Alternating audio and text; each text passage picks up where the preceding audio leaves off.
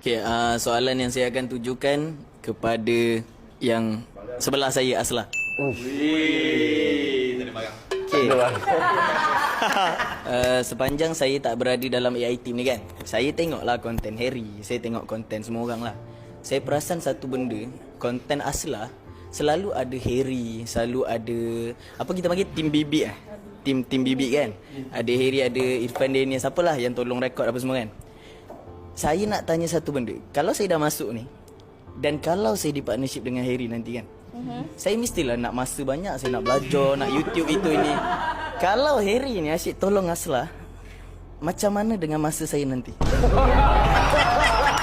Saya ni baru sangat masuk. Jadi macam mana, silakan Aslah.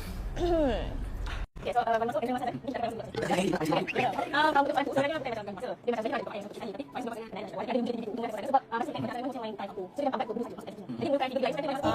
So lepas ni kalau korang comeback and korang busy, saya faham masuk. Dah takkan kacau lah. Ya, betul. Tak kacau 100% Okay, kau ingat takkan kacau Kalau Riza comeback, Asal takkan kacau Oh, rindu bibi.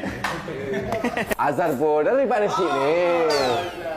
Saya risau sebab saya dah ada 15 idea konten untuk YouTube saya. 15 tu memerlukan masa tu.